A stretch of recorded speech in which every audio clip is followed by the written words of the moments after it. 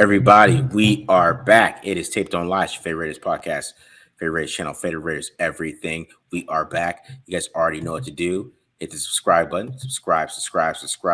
Hit the like button if you like it. Hit the dislike button if you don't like it. Leave a comment if you like it. Leave a comment if you don't like it. Also follow us on Twitter at the Mark John NFL for me, at BD Williams 18, and then of course M Holder 95 for Matt, who's also helping us out with the draft and all the draft coverage. So today, me and Matt, we're going to be going over Senior Bowl East-West Shrine recap. Matt got to go out there and check out Las Vegas live in person. I didn't get to go to the Senior Bowl, but of course, thanks to the Thundercloud, we get the the all-22 kind of look. So kind of get the offensive defensive line and don't have to be freezing cold. So Yes, definitely got a good look there. So we're gonna definitely talk about the recap, so what we saw, any Raiders fits that we'd like, and then of course the big news to start off with, Matt. Derek Carr, he's traveling to New Orleans. There has been first there was compensation not agreed, then there was compensation wasn't agreed, and the compensation wasn't agreed. Not everybody's agreed that compensation has been agreed to. So people hear this in the morning. Derek Carr will be on his way traveling, trying to decide if he wants to waive his no trade clause for the New Orleans Saints. So we might even get a trade tomorrow. It might be a done deal by Tuesday morning. So, Matt, your thoughts on the Saints having Derek Carr fly out there? I mean, perfect for the Raiders. We haven't heard anything. I mean, it seemed pretty bleak. I feel like post Senior Bowl, as Marcus, is, I think both of us know, usually that's when the rumors start flying around because everybody's in the same spot. And when I heard Dave Ziegler said there's gonna be an interest market towards the end on like Friday last week, I was like, ooh, that's not a good sign, especially knowing what how those things work and how the leaks start coming from there. But get a potential trade partner at this point. I think you take whatever you can get. We're at the time of recording 8 days away from the deadline. Yeah. Derek Carr gets to reunite with Dennis Allen, his first head coach in the NFL. But I'm still flabbergasted at how the Saints can afford this and figure this out against the cap. But I guess that's just what they do. Yeah, they're gonna have to figure out something. I probably have to pay him a lot in signing bonuses, in my opinion. Because if you have to work that out and try to figure out what kind of money they want to give him, and I think that's going to be part of this conversation because I think this goes kind of both ways. I think Derek Carr's side kind of fumbled this a little bit too. So I think they had their value of what he actually is going to get for some of these teams, and they're not really in the budge. He didn't play very well this year. He didn't have a great reputation going into the Gruden era, and he kind of got it up to where he's getting ranked 12th in the Athletic. But then you have this bad season with Devontae Adams. I don't know if the NFL is going to be so high on you, especially not handling that situation. But then I think the Raiders fumbled it a little bit too by just not working with him more. So it kind of goes both ways, and now we'll probably only get a third or fourth round pick out of this. So I mean, Jeremy Fowler said it was going to be a third as the highest. He said that's all they're asking for. They're just asking for a third. So, I mean, which I don't know. From the get go, when I remembered last year, when Matt Ryan went for a third to the Colts last year, I felt like that was pretty comparable. From the get go, anything more than that, I would have been ecstatic. I feel like a third round pick is especially a top 100 pick. That's your best case scenario for Derek Carr. Yeah, definitely not getting 29. They're not getting the Saints 29 or even the second round pick. They're definitely getting the third or fourth right now. And maybe they'll get a conditional. Maybe we get a conditional first rounder, right? If he plays 80% of the snaps or makes the Pro Bowl or something, maybe add something, then we get a first round back in 2024. I don't think the Saints are going to put the Pro Bowl clause, seeing as how this last year. But I feel like they're going to make it a little bit smarter nowadays and say and go with maybe all pro. All pro will go with all that. pro. Okay. All pro conditional first round pick or something like that. Work that out because definitely. Because just getting the draft talk. I mean, the Raiders need as many draft picks as they can get. Especially more high end, they got a lot. I mean, we talk about the 11 picks, or a lot of them in the back end in the fifth round. So if they can get another third round pick or even another fourth round, even though I feel like they got to work something out there to maybe get that third round really hard, but maybe so they can move up and move back into the second round or something like that to get some of the depth, because I feel like the meat of this draft is in the second and third round. And then after you get to the second and third round, you're not finding a lot of depth there, in my opinion. Yeah, no, I can definitely agree with you. I mean, I feel like at this point it's all about acquiring assets. I mean, we were talking about a little bit before we started recording, like they don't have they have a ton of picks, but most of them are, in the 4th, 5th round category and maybe even a little bit later. So I feel like the more they can, stockpile, the more they can move up, right? They're not gonna draft 15 guys or whatever it is. They're gonna be doing some movement.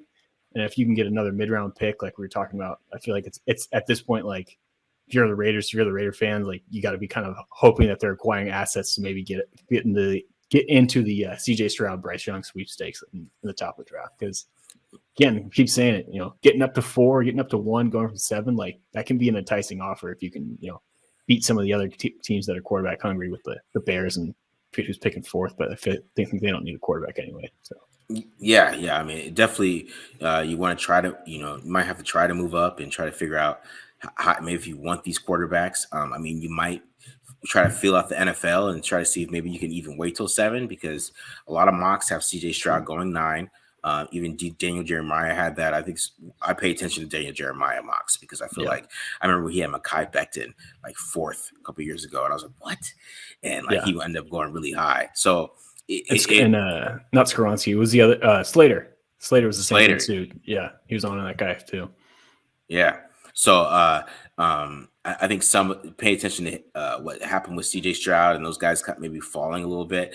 I'm not, it's not going to be a for sure thing. They might have to move up. They got to feel out the NFL. So they have to do a lot of research to what the teams in front of them are going to do, which I think Dave Ziegler did a great job of last year. Really did a great job of researching what the other teams were going to do, and so he can move up and figure out who they wanted. I mean, I didn't agree with everybody they wanted, but I think they had a good strategy to figure out how to get the guys they wanted. So I think they'll be ready for that, and they'll be able to make that decision based on who they like on this quarterback room. But that's where I want them to go before Aaron Rodgers. I mean, let me ask you. Start over. We just start over. Wait, you're not in favor of Aaron Rodgers, or?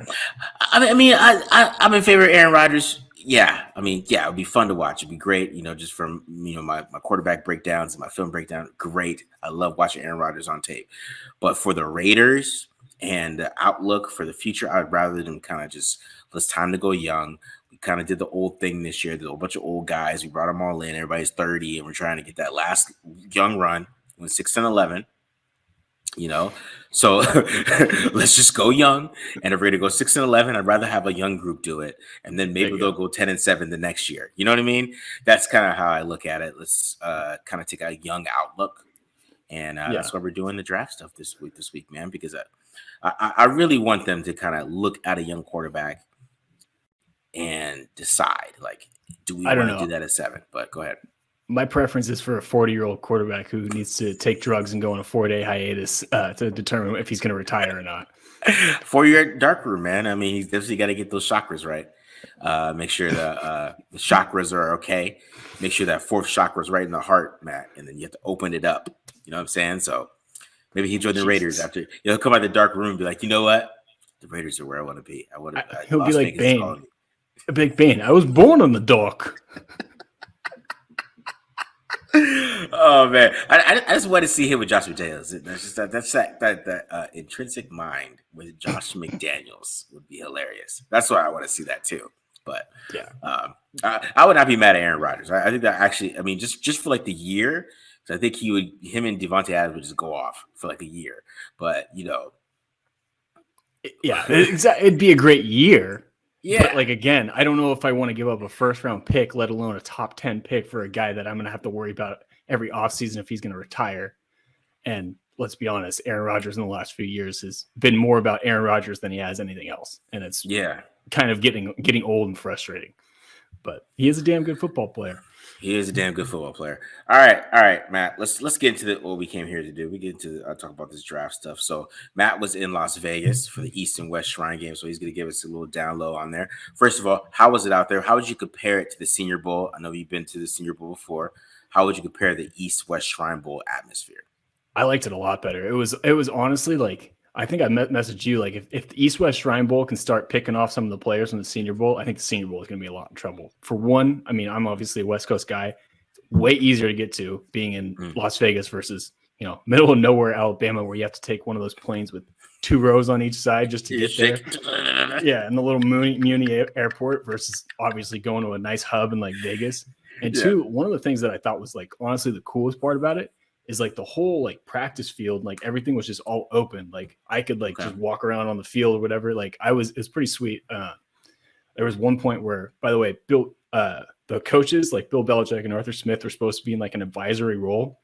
About 10 minutes into his practice, Bill Belichick's over there coaching up defensive linemen, getting his hands on. And I was talking to other people, and they're like, "Yeah, he definitely hates this. He doesn't have an off button. He cannot just sit back."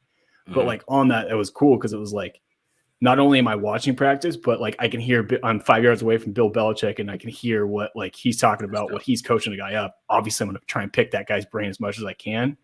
And two, I felt like from a perspective of like, someone who I'm not ever going to pretend like I know everything about the game. I think I know a lot, but not everything. But I can literally listen to coaches like coach guys up and tell them what they're talking about. And that I thought was like one of the coolest things is like to literally be on the field and being able to like hear guys practice, or hear coaches coach players up and see how guys practice and then literally get that firsthand experience. And obviously, I mean, it did rain one day where we got some Mobile weather, but weather's usually a little bit better too. So I loved it. I felt like it was way more open, media wise. And, like I said, if they can start getting more players, I think they have a chance to really take it over as just the event as a whole.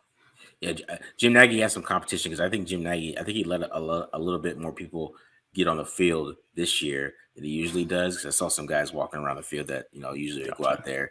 Some of those networks, I don't know. I feel like he's in competition, right? I think because they have stepped it up. I mean, they made it the same week, kind of a little bit too. So it kind of people want to go to both, and I think it's just becoming a bigger event. I forgot the guy's name, Eric. I know he used to do optical scouting. So Eric Galco. So shout out to him for building up that event out there in Las Vegas. So give us some standouts. We got some key positions Raiders fans are looking at. Of course, quarterback. I'm not going to make you do the East-West Triangle quarterbacks. I mean, unless you want to go Dorian Green Thompson, talk about him a little bit. Dorian Thompson Robinson? So whatever. That's a Dorian Green Thompson. Is that that's the guy who Dorian Green Beckham? I think you combine two guys, yeah. Yeah, my bad. So, Thompson from UCLA. I know Aiden O'Connell was out there. So, I mean, not too many quarterbacks, but give us some standouts from the East-West Shrine game. Yeah, I mean, I think one of the best spots that I really liked was D tackles. I mean, a few guys that kind of stood out to me, one of them being PJ Mustipher from Penn State. I didn't know a whole lot about him. He had a better day one than I think the rest of the week, but kind of big old belly hanging out. And unsuspiciously, like very quick. I thought a guy that was like winning with some stick moves and stuff like that and one-on-one pass rush. Also rocks the one-bar bull face mask, old school style. So that boosted him up a little bit in my book. And then Kobe Turner was a guy from Wake Forest and was transferred from Richmond. Also has like a really cool story where he was a walk-on at Richmond. Parents told him like they could basically only afford 1 year, had to earn a scholarship. Becomes an FCS All-American, transfers to Wake, had a hell of a year there, and now it's probably going to be like a 3rd, 4th round pick, maybe 5th round. So a guy that I thought could be like a Larry Ojanobi type of player, where he'll have plays where he looks like a 1st round pick, where he looks like a stud, and then he'll have plays where he looks like he can't be drafted. That kind of just up and down volatile play. Again, if you've watched Larry Ojanobi play, which played in the AFC North, kind of has that similar type of style, but a guy that's been a starter, I think pretty much his entire career and could be definitely a playmaker for you. And then another one's going to have a Raider connection who I actually thought was the best D tackle of the week. Dante Stills, who his brother, I believe it was Devin Stills a couple of years ago or last year, maybe. I can't remember when. I think it was last year. Yeah, it was last year. Was with the Raiders in training camp. Completely different player than his brother. Much quicker. He was killing it all week in one-on-one pass rush. Was hard to block in the one-on-ones, and just had a great week. I think he sat out the game. He played so well. So that kind of gives you an idea. And the last one was Moro Ojimo from Texas. Hopefully I said that right. But another guy that's a little bit undersized but really made things happen as a defensive tackles. And that was kind of the theme of the week too, is those guys that were 6'1", 6'2", a little bit shorter, not quite fit the full profile, actually had some of the best weeks. Kobe Turner's kind of in that same vein and whatnot. So those were my kind of 4 D tackles that really were the big standouts. Yeah. What about edges? I know the guy from Eastern Michigan. I know he's had a lot of buzz. Even Jose going Ramirez in there, yeah, Jose Ramirez coming out. Can you talk about some of the edge guys? I know they kind of just dominated the week a little bit, just from some of the clips I saw on Twitter. Yeah, Jose was up and down. Like he was like he had some plays that like kind of caught my eye, but nothing that like there were a few guys that I thought had better weeks than him. You know, he'd win and then he'd get kind of put on his ass like a play later, which was just kind of too volatile for me. My 3 that really stood out to me, one was BJ Thompson from Stephen F. Austin. He went to Stephen F. Austin at 6'6", 210. He's now 6'6", 238. And the kind of the thing that I liked about his story too is that I got to chat with a few staff members. It's heading into the season, like they had like a scout or whatever, like kind of give him a grade, and it was basically like, look, man, I can't give you a draftable grade with your weight at 210 right now. Took that to heart, put the work in. Obviously, got up to about 240 at the Shrine Bowl. Told me he wants to weigh in the 240s specifically, and cross that threshold for the combine or his pro day and whatever. And I thought that was kind of a cool story of like, all right, this guy knew what he needed to do, put the work in, and then ended up having a heck of a year at Stephen F. Austin and had an amazing week. I remember watching him going into the Shrine Bowl. I kind of like was ready to write him off. I think the last note I put on his report or my little notes was he needs to have a good week, and that's exactly what he did. Had a nasty spin move on the inside. Still going to be a work in progress against the run, but again, a guy that has already put in the work to get bigger and has the drive. And if you can bring him up to 255, 260, maybe even could develop into an every down player. But a guy that's freak athlete that has about a 6'10" wingspan, and I'm trying we'll check a lot of size at least or at least length, check boxes and all that good stuff. Second guy was probably the best pass rusher of the week, Yasir Abdullah from Louisville.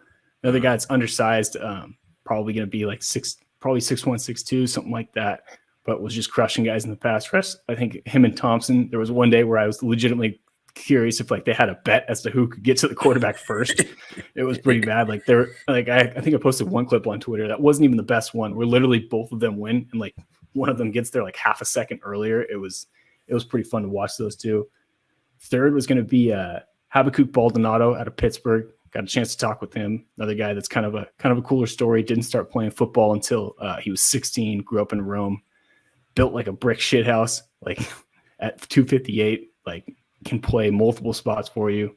So another guy and heading into the week, I was a little worried about him as a pass rusher. The first 2 reps I watched him in one-on-one pass rush. Wins on the outside with an outside move. Wins on the inside with an inside move. I'm like, all right, you've kind of already had a good week, and this is probably major time already. So definitely 3 guys. Brenton Cox Jr., he's from Florida. He's another guy that had a good week. Yeah, I kind of expected him to have a good week, but I don't know how much you know about his story. He got dismissed from Georgia as going into his sophomore year, and then got dismissed again from Florida this past midway through this season. Mm-hmm. So reason why I didn't bring him up at the top was, again, I kind of expected him to dominate, but his week was really going to be in those meeting rooms and being able to explain that stuff. And when I talked to him too, like I'd bring up a football question, he'd kind of tie it back to, I'm just trying to prove who I am as a person. So he very clearly had a directive going into that and knew what he needed to do. But again, on the field, you watch his tape, like he's got great tape. It's just a matter of, can I explain away these 2 instances that one, I wish we could say the Georgia thing was just an immaturity issue. But again, when similar stuff happens this past year, it becomes a little harder to explain away. So that's one of the tough things with people with us in our spot where, we don't really get to sit in those meetings. We don't really get to talk to those guys and figure out how this goes. But again, from what I can see, from what I can tell him, it seems like he's changed, but who knows? We'll see how those things go. Yeah, we don't get to ask them if they ever kicked a cat before. Yeah, exactly. Those type of questions. Or we do. We don't get the same response, right? Yeah, exactly. We get the interviews over. They actually get the answer. Yeah, they get the answer. All right. Any other East-West Shrine shots before we go to the Senior Bowl? I know like Zay Flower is balled out there. I know he's a big thing. He's ranked like 42nd, I think, by by Jeremiah. So he's pretty high up there. Zay Flowers, the first day, apparently, like, there was another guy there that, like, was from a smaller school where his pads didn't get there in time. So Zay Flowers, the generous guy he was, offered up his pads, his shoulder pads, so that the guy could practice and Zay could sit out. Zay practiced once, and then we didn't see him for the rest of the week. But he dominated. Okay. He dominated. He did really well in that one practice. But yeah, he was very clearly not really there to.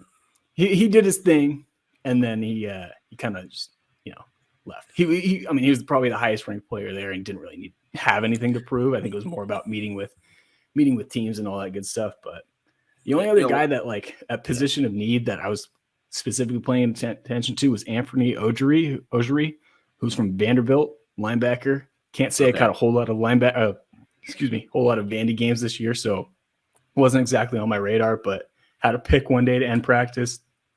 Looked good against the run. And like we were talking about a little bit before this, like, was one of the few linebackers who I was like legitimately like, this guy's got a good chance to getting drafted, and that I thought was the biggest standout of the bunch. But a couple of linemen, Connor Galvin, tackle at Baylor. He looked really good in the one-on-one pass rush. Like, when I was first watching him, went back and watched the film. Against the run, wasn't quite as good in the team periods and all that stuff, but still a decent player, a decent mid-round option or mid to late round option. Jackson Kirkland played pretty much exclusively guard after playing both the guard and tackle at UW.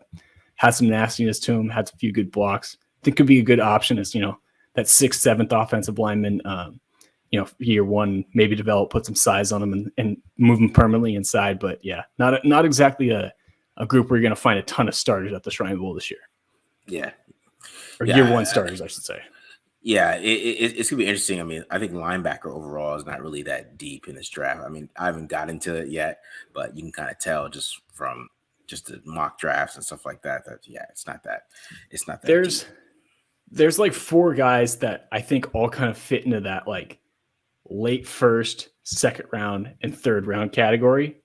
And 2 of them have barely played linebacker. Like, Trenton Simpson's one of them, had played he played like the Isaiah Simmons, Tanner Muse role for Brent Venables. Then this past year when they got the new DC, he played, I think more like more Sam and Will and all that good stuff. So more similar to what he'll play in the NFL. Yeah. My linebacker 2 is Drew Sanders, who transferred from Bama to Arkansas and was an edge rusher at Bama. Granted, had a hell of a year as an off-ball linebacker, but again, only has 1 year. 3 is kind of the one outlier, and then 3 and 4, I guess you're guys that have been playing a lot of linebacker, which is Jack Campbell and Noah Sewell. But yeah, it's a weak linebacker class overall. Oh, I didn't know Noah Sewell came out. That's interesting. I didn't know he came out. All right. So let's get to the Senior Bowl. Senior Bowl, where the bigger dogs go, the bigger, some more first round picks. For now. Maybe for now, So Senior Bowl kind of was a good week from what I watched. I know, Matt, you probably watched some tape on it too. So kind of start at the trenches, because I really feel like that was the best players there were the trenches here as well. I feel like that's kind of where the depth is of this draft. I feel like the offensive line and defensive tackles and even defensive ends, you see a lot of depth. I mean, you see some at the corner position too, but it's really not like at the sexy positions like wide receiver and quarterback and all that stuff this year. So, but defensive tackle, there's a lot of guys who outperform their film. Right. And I think me and Matt agreed on that. So we can start on a couple of those guys. But one guy I want to start off with is Carl Brooks from Bowling Green, who's definitely he has my TDL stamp from me. Definitely a guy I like just because he had like 63 pressures and 11 sacks through PFF on PFF College. Through their information, if you want to subscribe to that, go ahead. He had that information there, and then he went out to the Senior Bowl and had a great week. So, have you watched any Carl Brooks, even from his film, or so? What are your thoughts on him? Yeah, so I actually watched the Senior Bowl film. I just got done with that today, and I mean, I watched Carl Brooks. I think at the beginning of this year. I will say the part of the problem is because he was at Bowling Green and has just kind of been getting more love recently. It's not exactly like film was easy for me to come by, so I didn't have 100%. The great. So I actually was pretty low on him, like, again, but he was playing out of position as a 300-pound edge. I kind of felt like he was like at that role when I was watching him, like he was just kind of taking advantage of basically poor MAC tackles. But no, at the Senior Bowl, I felt like he had a really good day one where he like showed off his quickness when he's playing more 3 technique and like it looked like he was playing in his position. I don't know. I kind of felt like he fizzled out a little bit in days 2 and 3. Day 3, I felt like he actually had a better team period than he did in like the one-on-ones and pass rush and that stuff. Like I was sitting there like when I was watching the one when I wrapped up the one-on-ones and ended with, because I always wrap up with the ended ones and end with the team periods. I was kind of watching the one-on-ones. I'm like, I don't feel like this guy's had that great a week. And then he started winning in the teams. I'm like, okay, now this makes more sense.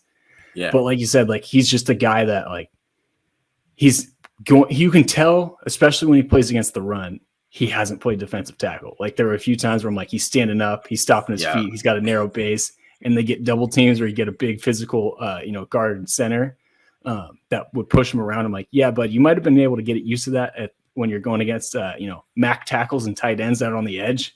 It's not going to work. So I think he's a little bit more of a project. I'm curious what, like, I know you said you'd give him the TDL stamp of approval.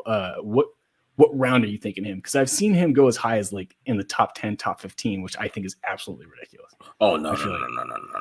I'm thinking like 3rd round. Day 3 okay. We're on the same page then. Yeah, day 2 type of thing. Because you're right. He's a project because he played defensive end, so he has to learn how to play defensive tackle, play 3 technique. I just think you can move him around a little bit and maybe get him. If you're creative, you can use some stunts and things to kind of get him moving a little bit, because just the ability to even play defensive end, even if it's a different level, you still saw that kind of quickness that he had to kind of get that many sacks and pressures at that position. And you're right. I think the high pad level, which I feel like is an epidemic around all defensive tackles coming out these days, is high pad level, and but he has a high pad level. He was getting pushed around a little bit and against double teams, but I just like the potential, just because just what he did at defensive end. Like, what can you do at defense tackle if you reach that level? But I'm not trying to take him top 10 or anything like that. That's crazy. And I think that's a little more like just that Senior Bowl buzz, that Senior Bowl high a little bit. And I don't know, maybe I'm misremembering that or whatever. But yeah, I've seen some places like rank him or mock him where I'm like, that is way too freaking high. And I mean, like you said, I'm on the board with like the third round, maybe even 4th. Like if he's still there, absolutely go for it. Go get your undersized 3 technique and see what you can work with them. But yeah, some of the love I've seen him getting, I'm like, let's pump the brakes a little bit here. Yeah, relax, let's not overdo ourselves.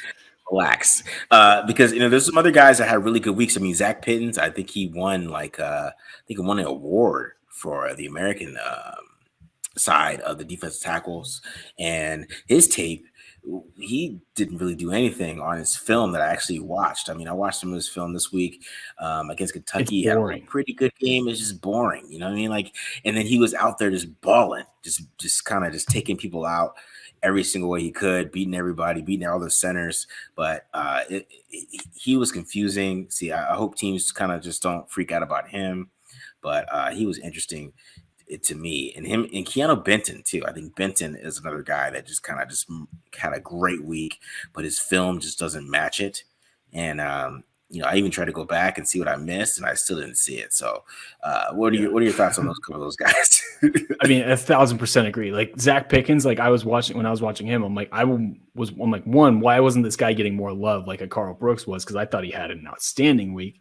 And 2, I'm like, where the hell was this pass rush in your game tape, dude? Like, he was mulling guys over and like getting like working some swim moves and stuff like that. I'm like, bro, if you had shown me this, like, I would have given you a much better grade than what I saw before. And then like, because when I graded him out, I'm like, I don't know what scheme he's going to play in, because he plays like a 315, 330 pound defensive tackle, but he's only 305. And let's be honest, like, if you guys have seen his body type, he doesn't have a whole lot of room for growth. He kind of carries quite a bit of bad weight, but then he goes to the Senior Bowl and just crushes it. I'm like, where the hell was this dude? Like all film, or all year. So, I mean, might have made himself some money. I think might have taken advantage of a little bit of bad offensive line play at the Senior Bowl, but especially on that team, I think I felt like the national team as a whole was just, at least in the trenches, was just a lot better than the American. Oh yeah. And I mean, so take that with a grain of salt, but definitely a guy where like I sat there, I'm like, okay, maybe you can take this guy in the second round. Maybe you can take him or use a third round pick on him.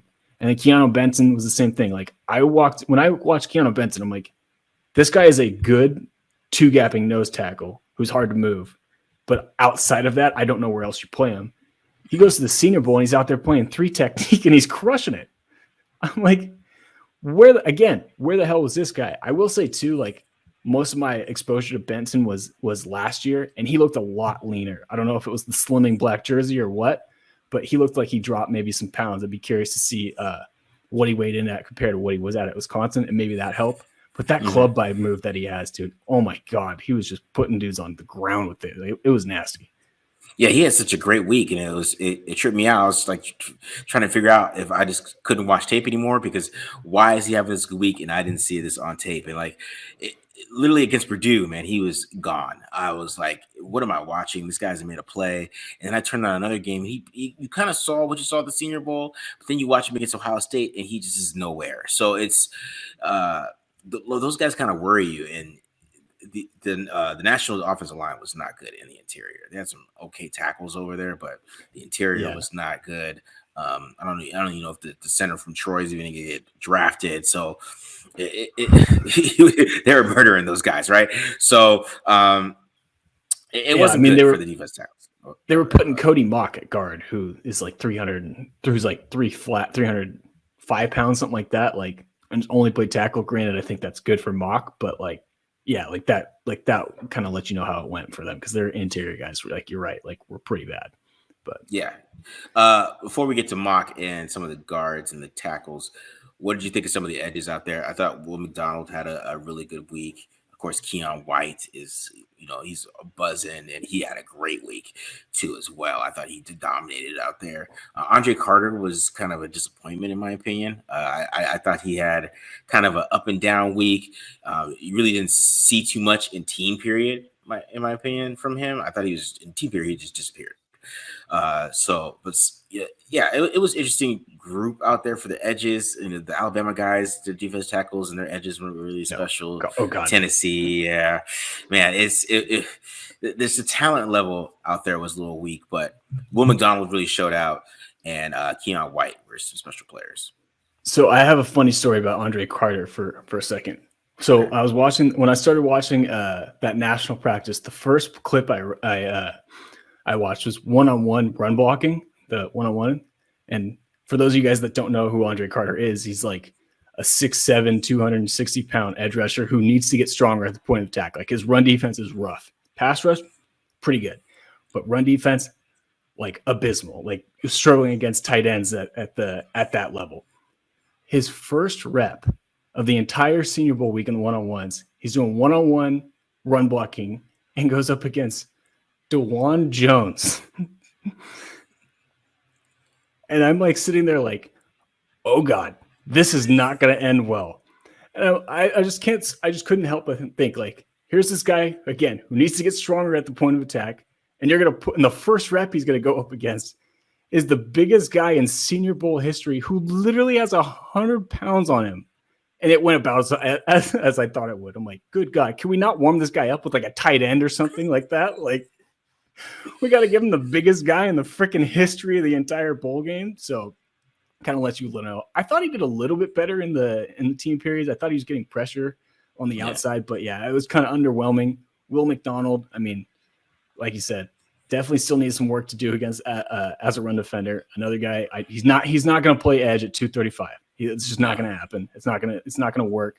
But that spin move, that's dirty. And he was like, he's like clean with it. He's got the eyes picked down, the footwork down. Like he's quick with it. Like just a freak athlete. I think I shared the Feldman's freak. Guy can jump over cars. It's like a 40-inch vertical.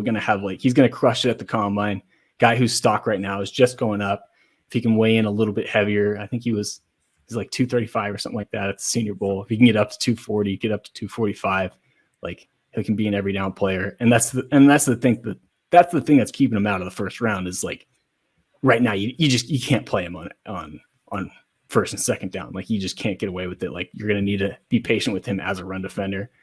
And then Keon White was my biggest winner of the entire thing.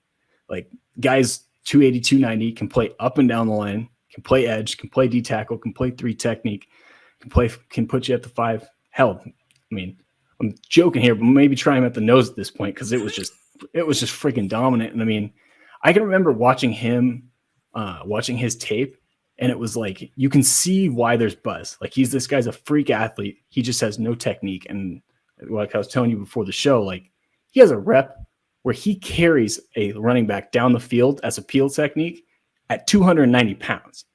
Like you're not going to find a whole lot of guys that can move like he can. And he to me was like, again, my biggest winner. I think what people are kind of hoping Carl Brooks will be, I think Keon White is. And I think that's why you're seeing like DJ have him as a top 10 player, which still a little rich in my book, but yeah, like especially if he goes to Indianapolis and just crushes it, like another guy that's just going up throughout this process. Yeah, that's he had a great week, man. Just dominated the one-on-one, especially dominated everywhere. To be honest, I feel like he was kind of unstoppable. And when you're a player like that, and you have that top 10 buzz, that's why, because you go out there and you just dominate everywhere. So curious, what you walked away. Curious your thoughts on Isaiah Foskey, because I know you brought him up with me before the Senior Bowl. I thought Foskey was kind of just didn't really do anything, in my opinion. I thought he got dominated too much in the D line O line drill. Just for me, because I feel like that's a defensive line drill, and I feel like defensive linemen should win more, and he just didn't win enough in that drill for me. And then in team periods and even 9-on-7, didn't really do anything to kind of shine for a player that with that high of kind of credibility from being a Notre Dame and getting the Notre Dame career sack leader. Yeah, you know what I mean? Like you just didn't see it, and as one of those players that like you feel like is going to be like a Cleveland Farrell, which would come in, he's going to be a solid player, going to play the run well, do all those things, but does he have the bend and and to actually produce in the NFL? That's going to be the kind of the thing with Isaiah Foskey. Yeah, I think I might have told this to you before, and I might break my hand a little bit here, patting myself on the back. But I felt like Isaiah Foskey, like I said, he's the career sack leader at Notre Dame. I feel like a lot of his production came on cleanup sacks, came on unblocked or coverage sacks and that kind of stuff, or like going up against tight ends. And I felt that like that's exactly what we saw against the Senior Bowl when he went up against guys that weren't ranked as high or kind of just had bad technique, like he'd win. But then when you go up against DeJuan Jones or Broderick Jones or even Darnell Wright, like all of a sudden he's just a ghost. He's just getting swallowed up. Like you said, he's a guy that like he's going to do a lot of the right things. I think he's going to probably impress a lot of teams in the interview room and all that stuff. I think he was a captain at Notre Dame, so people are going to love that. And I think he does a lot of intangibles and all that stuff. And he's a solid player, but just not the first round hype that I was hoping for when I had him as my edge 2 going into the season after the summer, ahead of a guy like Myles Murphy, which now he's well below that. Yeah. So let's move on to the offensive line. I thought there were some pretty decent offensive line performance. Of course, you talk about the big man over there from Ohio State, who just I think he only played one day. I don't think he sat out the rest of the 2 days after his performance. He did enough. Yeah, he did enough. Right. And, that's somebody that I think the Raiders will look at, a very reminiscent of Trent Brown. Definitely the Trent Brown comp is going to be heard with him because I think that's kind of I don't know how good his technique is. I mean, maybe you could speak to that more, Matt, but when I watch him, I don't see like a technician, even when I watch him on tape and from watching CJ Stroud and watching Paris Johnson is watching that whole Ohio State offense. I don't see great technique from him. I just see a guy that's really, really big and people couldn't get past him because he's athletic. Put it this way. If his technique was good, Paris Johnson would be playing right tackle. You know what I mean? Like, yeah. Yeah. But the thing that baffles me about him is when he weighed in at whatever 380, I was shocked because I'm like, he doesn't carry it like Trent Brown. Like you look at Trent Brown, you're like, okay, yeah, that makes sense. He's got a little softness in the middle, as we'll say. DeJuan Jones is rocked up and carries it really well. Where that's why I was so shocked. So. Yeah, I was shocked by that. But he just nobody could get past him that on the team that he was playing with. But I thought Darnell Wright had a really good week. Really showed a lot of why people have a really big buzz on him. I think that's somebody the Raiders, if they stick to 38, if he falls that far, I think there's somebody that they might target just because he's a pure right tackle. And if you don't feel too good about bringing back Illuminor, which I think they should bring back just for security, I'm sure he's cheap. He's not going to get any big money on the market. So, but somebody like Darnell Wright, that's somebody you could build on. Maybe have him and Thayer Mumford go at it. But that's somebody you could look at. I thought Torrance had a really good week. John Michael Schmitz, really. I liked him a lot. I thought his tape was a little up and down. I just didn't. It's just a little bit of his play strength, I guess, is against some of the teams that he played. That when I watched him, I wasn't that excited. But his junior tape is better than his senior tape, so he looked like he did junior year when he out there at the Senior Bowl. So definitely somebody who made a buzz over the offensive line. So there's some good offensive line performances. What were your thoughts, Matt? I mean, yeah, I kind of had pretty similar takeaways. I didn't notice Torrance as quite as much. I'm a huge Darnell Wright fan. Like, I don't know if you've seen some of the things that he does, like out on the film. Like, his technique is like legit, like NFL ready. Like, he had one rep when I was watching BJ Ojulari, and I haven't seen many people be able to pull this off, where he goes to fake a quick set and then drops into a vertical set, and Ojulari like just falls on his face, and he won immediately. I'm like, I don't know if I've seen NFL tackles do this. This is legit. And like you said, plays the right side, perfect fit for the Raiders. If he's there at 38, that he's a sprint the card in kind of guy. I don't know if he will be anywhere because he was legit. He's a guy. I feel like he stopped practicing too. I don't remember seeing him on tape 2 or 3. I feel like he went to day 2, didn't do day 3. Day 2. Okay. He showed enough day 2. It was you're good, Darnell. You're good. You can go home. I didn't think Torrance had a good week, but I think John Michael Smith kind of just blew it out the water. I thought Jalen Duncan had a good day 1, but then day 2 and day 3, I was like, oh man, who's Jalen Duncan? And then day 2 and day 3, I was like, oh, that's why I didn't know who he was. And then it kind of fell off from there. Same with Blake Freeman from BYU. I thought he had a great day 1. And then they put the pads on. He didn't play as well. So I was really watching some of those offensive tackles, but I thought that the guys that really herald, they had great weeks. Yeah. I mean, I can tell you, like, I didn't get a chance to see who's the Freeland from BYU. He didn't like typically stand out. I was paying a little bit more attention to the defensive guys, but I mean, sorry, I'm drawing a blank on his name. The Maryland tackle that you're talking about, Jalen Duncan. Yeah, Duncan. Thank you. Yeah, I feel like his problem is his anchor. Like, he's just like, he cannot sink and put his heels in the ground and defend against a bull rush. And I think we saw that a little bit at the Senior Bowl this week, from what I could tell. Yeah, for sure.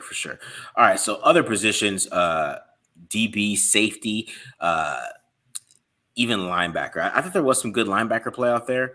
I mean, it wasn't just great linebacker play, but I mean, this linebacker draft is kind of iffy. Same with the corners out there. I didn't think the corners out there were impressive. I think the guy from Miami, I can't really think of his name right there, is pretty good.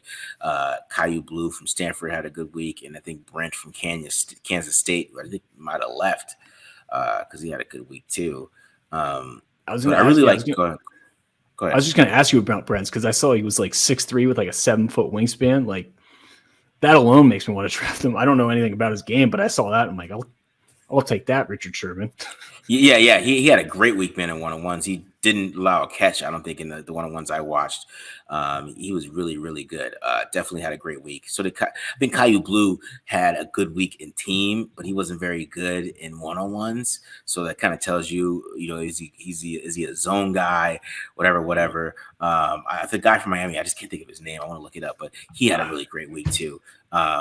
He was, you could tell, he always was in phase, never really got beat that much either. Because like I said, the wide receivers group wasn't that good, besides like Michael Wilson and like Tank Dell and who's the other guy? Rasheed Rice. I mean, those are really the big standouts. I know Jaden Reed got a lot of love, but he made a lot of tight contested catches. He wasn't really open. He just had some pretty good throws, and he ended up had some concentration, made some catches. But I really felt like Brent was kind of really good out there. But the one guy that I really liked was Sidney Brown, because Sidney Brown did cornerback one-on-ones, and he did safety one-on-ones against tight ends, and when he did wide receivers. He's from Illinois. So Sidney Brown's from Illinois. His brother's Chase Brown. Really good Illinois defense. He ended up playing cornerback and safety there, and I thought he did really well in the cornerback drills. I was like, who is 30? And I looked it up. I'm like, oh, he's a safety. So he really caught my eye just because the versatility he has, and maybe he can come down and play in the slot a little bit. You can move him around, make him a chess piece, and somebody you can probably pick up. Safeties that usually go late day 2. So if you pick up some 3rd round picks, you can maybe pick him up later on in the draft, and I think he can show some versatility from Illinois, who's actually put out some pretty good defensive backs. I mean, Nate Hobbs, the Raiders, really liked. I mean, Kirby Joseph balled out there in Detroit. So Sidney Brown, and then of course Witherspoon's already getting top 10 love. So who could be a pick for the Raiders at 7 if the Raiders end up liking him, right? So Illinois got some boys out there playing defensive back. I mean, so Sidney Brown really stood out to me just because he played both safety and DB, and he did well in both drills. Just kind of sort of his versatility. And then I watched some tape this week, and it matched. So. Yeah, and I feel like Sidney Brown could not be getting as much hype heading into the Senior Bowl because he played with Devin Witherspoon, right? You know what I mean? Like the guy that when you're on the same team as a guy that's going top 10 and is CB1 in this class, like you're just not going to get as much buzz naturally, especially at a program like Illinois. Also has the most jacked 6-pack I think I've ever seen in my life. I saw those pictures and I'm like, holy shit! Like I'm jealous. I need to figure out what diet that guy's on. But I'm curious. Because I saw Brent's, when I saw his measurables, I was just like, I thought for sure he'd be like a day 1 or day 2 guy. And then I saw in some places that have like a 5th round grade on him. Is that like, have you gotten a chance to watch his tape? Is he just a tall corner? Or? I haven't got to his tape though, man. But I mean, just the way he moves, he's very smooth in and out of his transitions. They say the click and close, and that's a big term they use. He's very good at the click and close out of his transitions. Just like I said, and he's so long, right? So he's very strong too in the press coverage. It was hard for guys to make moves on him, and I think he can. He looked like he was a 4.4 guy, right? Because he trusted his speed a lot. Like he wasn't expecting guys to beat him. So I really did like that too as well. He was obviously the best corner there, in my opinion. It's just a cornerback group, and the wide receiver group wasn't that great because Michael Wilson went up there and just murdered all of them. And I don't know who Michael Wilson really is. So he dominated them. And he might be really good in the NFL. I don't know. Michael Wilson might go out there. Maybe he just his injuries. But man, he was dusting those guys. And so is like Tank Dell. And I don't know, but I know Tank Dell's getting a lot of buzz. But we'll see how that goes, man. By the way, I looked it up. The Miami quarterback's name is Tyreek Stevenson. Okay, yeah.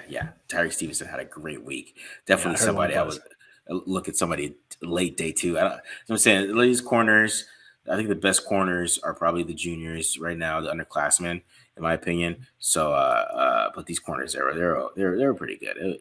I wouldn't say the group as a whole was good. I would say those corners that I highlighted, they should be pretty good players. Makes sense. All right, Matt. Any last thoughts? I mean, we didn't talk about quarterbacks at all. I mean, the quarterback Senior Bowl. I mean, my guy Jake Haener. How we go? How did he do? Jake Haener looked pretty good. He looked pretty good out there. I said he was probably the best quarterback out there. I thought Malik Cunningham had a good week when he came out late. I thought he played had some pretty good throws. I mean, he's a little up and downs, but I thought he played good in he had a good throw in the game too as well. A little back shoulder touchdown he threw. So I thought he showed a little bit.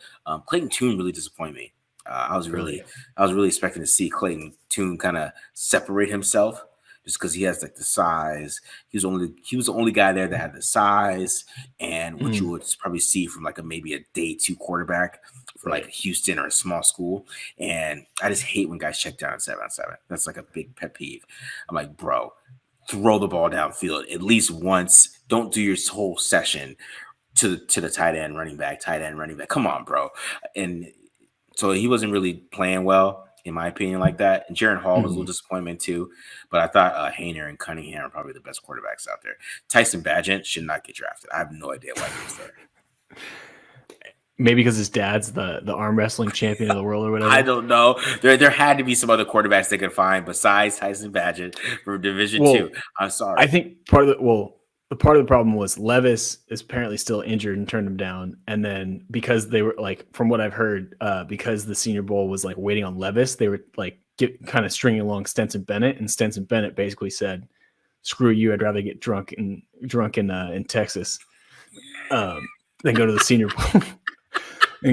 Bowl." And just didn't start. So I feel like they had to like dip into the draft pool a little deep because Malik Cunningham was a NFLPA guy, NFLPA bowl guy.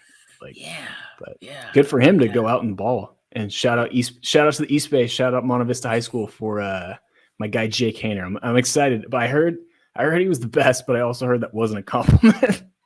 It wasn't. That's what I said. But Cunningham came out there like, oh, there you go. Well, somebody throwing downfield in 7-on-7. Nice. All Someone right. taking a freaking risk. Are you kidding me? That's the one thing I can't stand about watching quarterbacks in these events is they all just want to check it down. I'm like literally screaming. I remember watching the Shrine Bowl. I don't remember who the quarterback was, but there was like a guy wide open down the seam on a cover 2 where the linebacker didn't carry to Tampa. Checks it down. I'm like, please. I can't stand it at 7-7. Like, there's no pass rush, bro. Throw the ball downfield. Let it rip. Let it rip. Stop boring me. Like, yeah.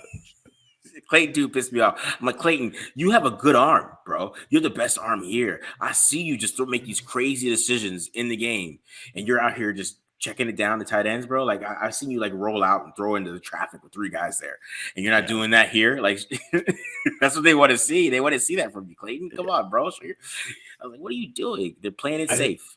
Guys just get nervous, and I feel like they don't want to like do anything that like hurts their draft stock. And at the same time, it's like, okay, but now I think your decision making is shit. Yeah, exactly. This is terrible. Like you end up hurting yourself. It's a tough balance, but can't say I 100% blame them. But yeah, it's frustrating to watch on film.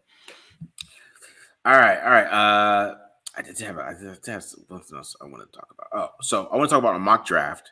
I know a lot of people were mad that the Raiders, Matt Miller, he had the Raiders taking Pete, if I say this right, Skoronski. Pete Skoronski. I'm killing names today. I already called Dorian Green Thompson. There you go. So Pete Skoronski. What are your thoughts on him? Because I watched him today and I was like, you know what? I mean, 7's not too crazy after I watched him a little bit. So I would have. What are your thoughts on him, Matt? I know a lot of people were mad about that mock draft when I posted it. I almost got ratioed. It wasn't like, hey man, I didn't do this. See ESPN on the byline. That's not me. I mean, he's a good player. He's a good He's a good offensive lineman. I think the biggest problem with him is like I don't know exactly what his arms measured in, but he's like gonna have like I think someone said like 31, 32 is the number that keeps coming to my head. 31. I don't quote me on the 31, but I think it's going to be 32. Obviously, we'll find out in a couple months or in a month here. But yeah, like that's kind of the problem is he's got that. He's going to have to overcome the short arm stigma, and otherwise you're moving him to guard. I know Brandon Thorne, obviously our O-line guru and O-line guy for the draft at Bleacher Report. Mm-hmm. He's like full on made the switch that he thinks Skoronski's a guard. Like he wrote him up. He wrote him up the other day for our top 100 or top 150 as a guard. So, I mean, he can give you versatility, like we're talking about with if they want to bring him back Illuminor, or maybe they can, let him get his feet wet in the NFL at guard for a year or two and kind of reevaluate next year. I think that's the biggest problem is like the Raiders kind of going back to what we were talking about a few months ago with them taking a running back in the first round, like with so many needs. Like, it's like, man, taking a guard. You're taking a guard. Like it's like wanting an Xbox, a new Xbox for Christmas and getting socks. Like it's like, okay, like I can use these. These are functional. I'm gonna make use of this, but this isn't really what I think. They're gonna last me a while, right? Exactly. Exactly. But good socks. With, great socks though, man. We're talking about the Nike Elites. Nike Elite socks. Yeah. $20 a pair of socks. Yeah, because to be honest, this is what I thought, man. He's a guard. I mean, there's no really his arms are just you can kind of tell a tape. And since he doesn't have long arms, and then he has a problem where he doesn't have long arms and he's late with his hands a lot. So bad combo. That's not a good combo for a tackle.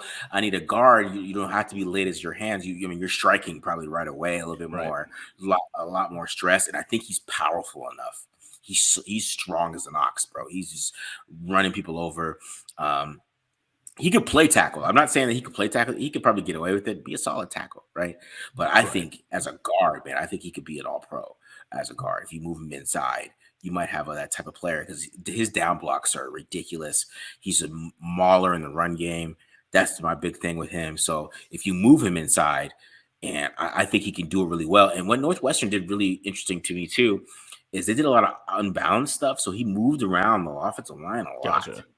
Right? So he has a lot of versatility, right? That you could even maybe throw him at right tackle and he might get away with it, right? But he doesn't have the length to, and then he has his hands are a little late.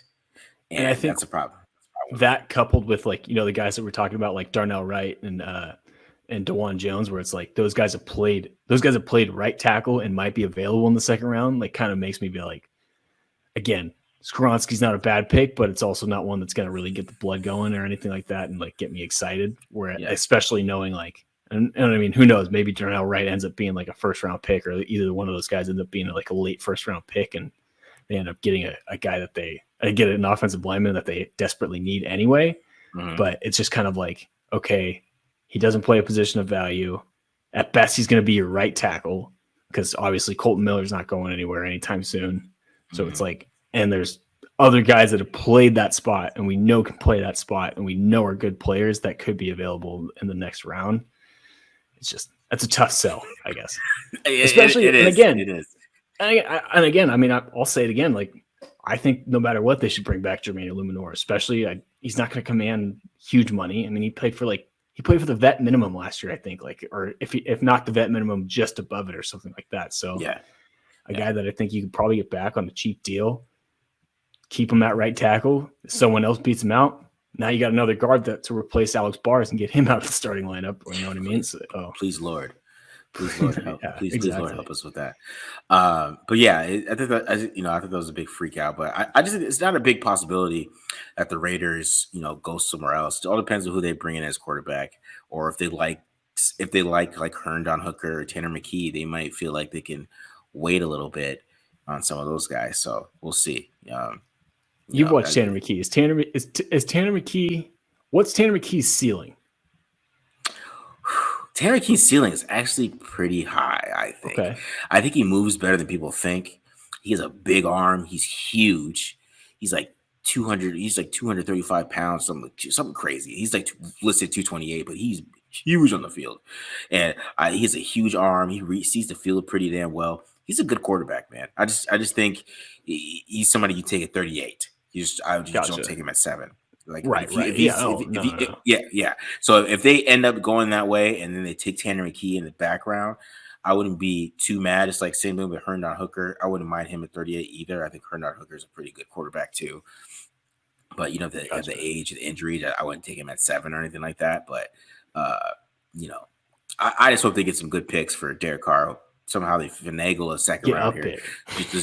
Get a pick. Let's just finagle. So somehow Derek Carr can just, hey man, I just want to give the Raiders a little bit of help. Give my boys Devontae a little bit of help. Get them a second round pick. Just come on, New Orleans. Just give that up. Hopefully we can talk them into that so we can get some more depth there. And I can get some of these guys. Maybe get a guard and a quarterback if they can't get one at 7 or they feel like they don't want to trade up, because I just don't think they're going to trade up. I think they're going to trade back. If anything. That's what I was up. Yeah. I meant to ask you this at the top of the show. Maybe we'll end with this. So let's say they stay at 7, what we're talking about. Are you willing, for me, this is a 2 quarterback class, CJ Stroud and Bryce Young. Those are the top 2 guys. And after that, it's a big drop off. Yeah. Would you be willing to stay at 7 and risk ending up with Will Levis over if CJ Stroud goes first and take that risk to get to stay where you're at? Basically, how much risk are you willing to take in CJ Stroud falling? And would you be comfortable with Will Levis at the consolation prize? See, I think the NFL will like Levis more than they'll like CJ Stroud. And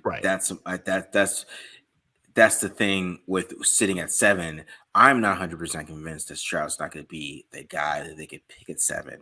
I think they're going to be a choice of Anthony Richardson and CJ Stroud at 7, just because the NFL is not going to be how we feel about CJ Stroud. I think CJ Stroud, the offense, Ohio State, and just how they treated Justin Fields, how they treated Dwayne Haskins, and just a little bit of part of that. I think it's going to be interesting to see how the NFL feels about C.J. Stroud over Will Levis, because like the 33rd team, he's like their number one quarterback, and I think there's something to that. They got some, they got some guys over there, right? Right. Will Levis is the number one guy for them, right? So it's gonna be interesting to see how C.J. Stroud, who actually falls to the Raiders, but I think they're gonna like Levis, which it scares me because they love the SEC, man. They love the SEC. You can look at some of the draft picks they got last year. I mean, Zamir White is he's an SEC court running back. He's good. That's a total SEC draft pick. So I think they're going to like Will because he has success in the SEC and all those things. And last year. But and you want him to marry your kids, so it's.